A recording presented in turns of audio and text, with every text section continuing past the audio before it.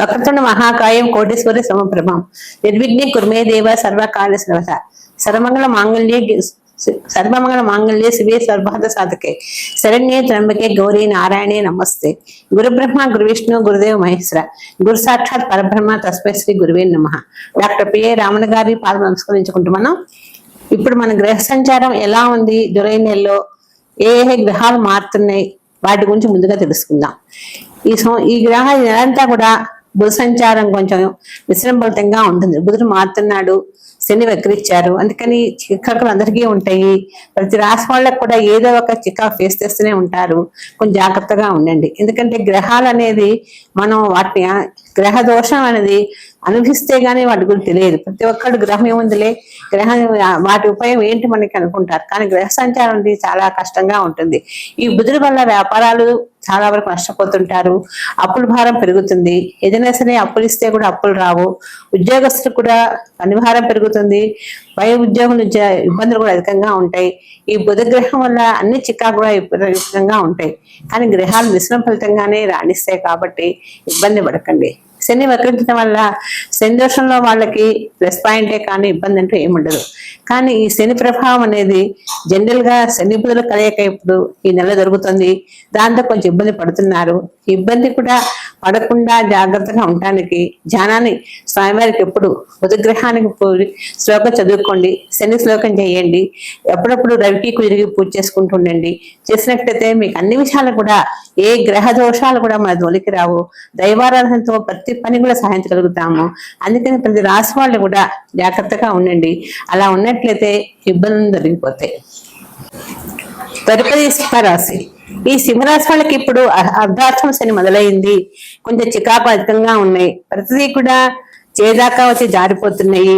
ఇబ్బందులు చాలా కనపడకుండా ఇబ్బంది పడుతున్నారు. అనుకున్నప్పుడు అనుకోవట్లేదు అని బాధగా కూడా ఉంది. వీళ్ళు కంపల్సరిగా శనికి తైలాభిషేకం చేయించుకుంటూ ఉండాలి. అప్పుడప్పుడు ప్రతి పని కూడా చదువుల్లో కానీ ఉద్యోగాల్లో కానీ శ్రద్ధ పెట్టండి. పెట్టకుండా ఊరికి ఆలోచిస్తూ కూర్చుంటే టైం రాదు దగ్గరికి. అందుకే ప్రతిదీ కూడా జాగ్రత్తగా చేసుకుంటూ ఉండండి.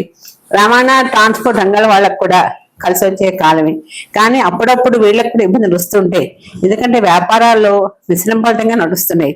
ఇప్పుడు అందులో శూన్యమాసం కాబట్టి ప్రతి కూడా అనుకుని సాధించండి. కాబట్టి జాగ్రత్తగా ఉండండి. ఈ ప్రభావం వల్ల అన్నిటికంటే ముఖ్యంగా ఆరోగ్యాలు చికాకులు వస్తాయి. స్కిన్ ఎలర్జీస్ ఎక్కువగా వస్తాయి. జాగ్రత్తగా ఉంటూ ఉండండి. ప్రతి విషయానికి జాగ్రత్త అవసరం. ప్రతిదీ మనం తొందరపడి నిర్ణయాలు తీసుకోకూడదు.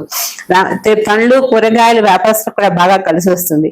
ప్రతిదీ కూడా ఈ ఆషాఢ మాసం, ఈ జూలై నెల అన్ని విధాలు కూడా మిశ్రమ ఫలితంగానే ఉంటుంది. కానీ మనకి ప్రకృతి వైపరీత్యాలు కూడా విపరీతంగా ఉంటాయి. దాంతో సమస్యలు కూడా అధికం అవుతూ ఉంటాయి. ఇవన్నీ కూడా చూసుకుంటూ ఉండండి. అప్పుడప్పుడు ప్రతి విషయానికి వైద్యుల సలహా కూడా తీసుకుంటూ ఉండండి. ఆరోగ్యంలో చికాకులు రావడానికి ఆస్కారం ఉంది. కానీ ప్రకృతి వైద్యాన్ని ఎక్కువగా చేసుకుంటూ ఉండండి. అన్ని విధాలు కలిసి వస్తుంది. ఇబ్బంది అంటూ ఉండదు. ఈ రాశి వాళ్ళకి ప్రతిదీ కూడా రవి మంచి యోగప్రదంగా ఉన్నారు. అందుకని ఈ రాశి వాళ్ళు ప్రతిరోజు ప్రతి ఆదివారం కానీ ప్రతిరోజు కానీ రవి పూజలకి స్వామివారికి శ్లోకం చదవండి. చదివితే మీకు అన్ని విషయాలు బాగుంటుంది. ప్రతిదీ కూడా మనం చేసే పని బట్టే మన భగవంతుడు మనకు అందిస్తాడు. అంతేగాని ఏది కూడా చేయకుండా అలా కూర్చుంటే పనులు కదా. అందుకని ఈ రాశి వాళ్ళు, ఈ సింహరాశి వాళ్ళు ఈ నెలంతా కూడా మంచి కార్యక్రమాలు చేస్తుండండి. అన్ని బాగుంటాయి. ప్రతి కార్యక్రమానికి కూడా దోషంలో ఉన్నాం కదా, పని అవటం లేదని చెప్పి ఆలోచించకండి. అవుతాయి, అన్ని నిదానంగా అయిపోతాయి. ఉద్యోగాలు వస్తాయి, చదువులు వస్తాయి, మంచి మంచి ప్రమోషన్స్ వస్తాయి. ఉద్యోగాల వాళ్ళకి, వివాహాలు కాని వాళ్ళకి కూడా ప్రయత్నం చేయండి. వివాహాలు అయిపోతాయి. ఇబ్బంది అంటూ ఉండదు. కాబట్టి ఈ రాశి వాళ్ళు జాగ్రత్తగా ఉండండి. పెద్దల మాట శిరసా వహిస్తూ ఉండండి. కొంచెం భార్యాభర్తలు కూడా ఇద్దరు సమానంగా ఒకటే మాట మీద ఉండండి. మనిషికి తర్వాత మనో చోట మనసో చోట అన్న మార్గం లేకుండా సరిగా ఉంటున్నట్టయితే అన్ని విధాలు కలిసి వస్తుంది. ఇబ్బంది అంటూ ఉండదు. ఈ రాశి వాళ్ళు చక్కగా మీ ఇష్టదైవాన్ని పూజ చేసుకోండి. దాంతో పాటు విష్ణు సహస్రనామ పారాయణ చేయండి. లేకుంటే వినండి, చదవలేకపోతే వినండి. అలా చేసినట్లయితే మీకు అన్ని విధాలు బాగుంటుంది. ఇబ్బంది అంటూ ఉండదు. ప్రతి ఒక్కరికి మనకి రాసుల వాళ్ళకి ప్రతిదీ ఏదో ఒక చికాకు ఉంటూనే ఉంటుంది. ఇప్పుడు మేషరాశి వాళ్ళకి ప్రజెంట్ ఏలినాటి శని నడుస్తుంది. ఏలినాటి శని ఉందన్నప్పుడు ఏం చేయాలి? శనికి తైలాభిషేకం చేయించుకుంటూ ఉండాలి. కొన్ని నక్షత్రాలకి కేతున దోషం ఉంటుంది, కొంచెం సుఖ దోషం ఉంటుంది, కొంచెం రవి దోషం ఉంటుంది. ఇలాంటప్పుడు వాటి తగ్గ పరిహారం చేసుకోండి. చేసుకున్నట్లయితే అన్ని విధాలా బాగుంటుంది, ఇబ్బంది అంటూ ఉండదు. అలాగే వృషభరాశి వాళ్ళకి కూడా కొన్ని గ్రహాలు వాళ్ళకి స్ఫుటబుల్గా లేకపోయినా కూడా వాళ్ళు కూడా అప్పుడప్పుడు జాగ్రత్తగా గ్రహ దోషాలు లేకుండా చేసుకుంటుండే. కుజగ్రహ దోషం కానీ రవిగ్రహ దోషం కానీ ఏదైనా సరే దోషం అనేది మనం జాతకాన్ని బట్టి డేట్ ఆఫ్ బర్త్ బట్టి ఆ టైం వాళ్ళ ఏ నక్షత్రంలో ఉన్నారు, ఏ లగ్నంలో ఉన్నారు, వాళ్ళు ఏ ఇబ్బంది పడుతుందో తెలుసుకొని దానికి రెమెడీ చేసుకోండి. చేసుకున్నట్లయితే అన్ని విధాలు కూడా బాగుంటుంది ఈ రాశి వాళ్ళకి. అలాగే మిథున రాశి వాళ్ళకి కూడా మంచి టైం బాగుంది. కానీ ఈ రాశి వాళ్ళు కూడా గణపతి లక్ష్మీ గణపతిని పూజ చేసుకోవాలి. లక్ష్మీ గణపతి అధిపతి వాళ్ళకి, అందుకని వాళ్ళు లక్ష్మీ గణపతి హోమం చేయించుకుంటే అన్ని విధాల పరిహారం అయిపోతుంది. దాంతోపాటు ఆ హోమంలో ఉండాళ్ళు చేసి వేయండి. వేసినట్లయితే గరికతో పూజ చేయండి. చేసినట్లయితే కూడా ఈ మిథున రాశి వాళ్ళకి ఏ ఇబ్బంది వచ్చినా కూడా, ఎలాంటి సమస్య వచ్చినా కూడా గణపతి సునాయాసంగా తీసేస్తాడు. ఇబ్బంది లేకుండా హ్యాపీగా ఉంటారు. ఎందుకంటే గ్రహాలు ఎంత ఇబ్బంది పెట్టినా కూడా భగవన్నామం వల్ల మన గ్రహాలు కొంచెం ఇబ్బంది తప్పుతుంది. అందుకని జాగ్రత్తగా చేసుకోండి, అన్ని విధాలు బాగుంటుంది. తదుపరి మీనరాశి. ఈ మీనరాశి వాళ్ళకి 29 దాకా ఏళ్ళనాటి శని స్టార్ట్ అయింది. ఏళ్ళనాటి శని స్టార్ట్ అయినప్పటినీ కూడా చికాకు పడుతూనే ఉన్నారు. కానీ గురుబలం ఉంది కాబట్టి భయపడకండి, గురువు మంచి యోగాన్ని ఇస్తాడు. శనికి మీనరాశి వాళ్ళకి వివాహాల ప్రయత్నం చేయండి, అయిపోతే. ఈ రాశిలో చదువుల విషయంలో ఈ రాశి కొట్టిన రాశి లేదు. బాగా చదువుతారు, బాగా మంచి ప్రయోజనం పొందుతారు, మంచి మాస్టర్ చేస్తారు. ఎడ్యుకేషన్లో మాత్రం మంచి ఫ్యూచర్ ఉంది రాశి వాళ్ళకి. ఇబ్బంది అంటే ఏమీ లేదు. కానీ ఫ్యామిలీలో చిన్న చిన్న గొడవలు అయినా కూడా భయపడకండి. కొంతమంది మిమ్మల్ని ఇబ్బంది పెట్టడానికి ఆలోచిస్తూ ఉంటారు. అది కొంచెం గ్రహించుకుంటూ ఉండండి. ఎందుకంటే మీకు తెలియదు, మీరు అనుకుంటారు అంతా మన వాళ్ళే అని ఆలోచిస్తారు. కానీ అలా ఆలోచన అనేది తగదు. ఎందుకంటే కొంతమంది అనుకున్న దానికంటే వేరే విధంగా ఆలోచించి మిమ్మల్ని చాలా ఇబ్బంది పెడతారు. డబ్బులు తీసుకుంటారు, డబ్బులు ఇవ్వకపోవటం, ధనమాలు చేయటానికి కూడా ముందుంటారు. కానీ మీరు ఎవరికైనా ధనం ఇస్తే ధనం రాదు.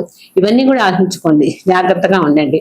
ఈ మీనరాశి వాళ్ళకి ఆరోగ్యంలో చికాకులు ఉంది, చిన్న చిన్న చికాకులే, కొంచెం కారకం చికాకులు, స్కిన్ ఎలర్జీస్ ఇలాంటివన్నీ వస్తూ ఉంటాయి. ఆధ్యాత్మిక చింతన ఎక్కువగా ఉంటుంది. ఎప్పుడు దయ కార్యక్రమాలు చేస్తూ ఉంటారు. ఏ హోమాలు చేద్దామా, ఏ పూజలు చేద్దామా, దానధర్మాలు చేద్దామా, ఎలా చేద్దామని ఆలోచిస్తూ ఉంటారు. ఎందుకంటే ఈ రాశి అధిపతి గురువు. ఈ గురువుకి ఎప్పుడు ఆధ్యాత్మిక చింతన, దైవారాధన చేయడం అంటే కూడా మంచి ఆలోచన చేస్తుంటారు. ఏ వాళ్ళైనా సరే దేవుణ్ణి ఎక్కువ పూజ చేస్తారు. అన్ని విధాలా బాగుంటుంది. ఈ రాశి వాళ్ళకి ఏళ్ళాడినా కూడా పెద్ద ఇబ్బంది ఏం పట్టదు. కొంచెం ఇబ్బందులు పడ్డప్పటికి కూడా ఆపాపలై బాగుంటుంది. కాబట్టి ఈ రాశి వాళ్ళు చక్కగా నవగ్రహాల ప్రదర్శన చేస్తూ ఉండండి. శనికి శనివారం నాడు నవగ్రహ ప్రదర్శన చేసి ఈశ్వరుడికి అభిషేకం చేసి శనికి నూనె వేసి అభిషేకం చేయండి. చేసి కొంచెం నువ్వులు బెల్లం ఆయన పాదాల ముందు పెట్టి 7 సార్లు ప్రదర్శన చేసి రండి.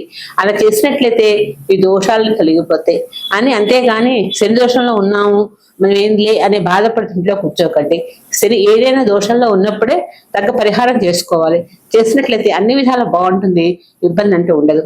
ఈ వీళ్ళకి గురు నక్షత్రం కాబట్టి ప్రతి గురువారం నాడు దక్షిణామూర్తికి చక్కగా పూజ చేయండి. ఆవుపాలు అభిషేకం చేయించండి. శనగలు నానేసి చక్కగా స్వామివారికి నైవేద్యం పెట్టండి.